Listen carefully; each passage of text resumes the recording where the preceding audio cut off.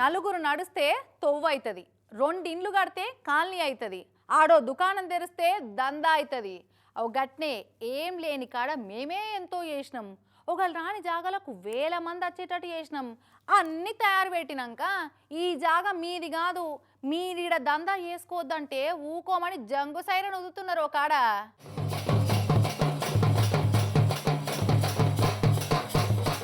కరవమంటే కప్ప కోపం, ఇడవమంటే పాము కోపం అన్నట్టే ఉన్నది కదా ఈ ముచ్చట. అల్లూరు జిల్లా Madagada sunrise view point కాడ గిరిజనులంతా ఇట్లా ఫారెస్ట్ వాళ్ళకు వ్యతిరేకంగా ప్లకార్డులు పట్టుకొని నిరసన చేసిరు.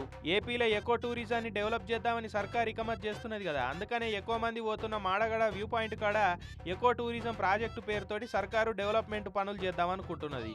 అయితే ఈ ఎకో ప్రాజెక్ట్ అయితే ఫారెస్ట్ వాళ్ళే టికెట్లు పెట్టి అడగోలు పైసలు వసూలు చేసుకుంటారు. దాంతో మాకు ఉపాధి లేకుండా అయిపోతుంది. ఈ మాడగడ టూరిస్ట్ వ్యూ పాయింట్కి వచ్చే టూరిస్టులను నమ్ముకొనే మనం పొట్ట నింపుకుంటున్నాం. 4 ఏళ్ల సంది ఏం లేని కాడ ఎంతో మంది జనాలు వచ్చేటట్టు చేసుకున్నాం. ఇప్పుడు ఫారెస్ట్ వాళ్ళు వచ్చి మాది మేము చూసుకుంటామంటే మేమంత ఏడబోవాలి. ఈ వ్యూ పాయింట్ మేనేజ్మెంట్ మాకే అప్పచెప్పాలని డిమాండ్ చేసుకుంటా మాడగడ కాడ గిరిజనులు నిరసనకు దిగిరిట్లా.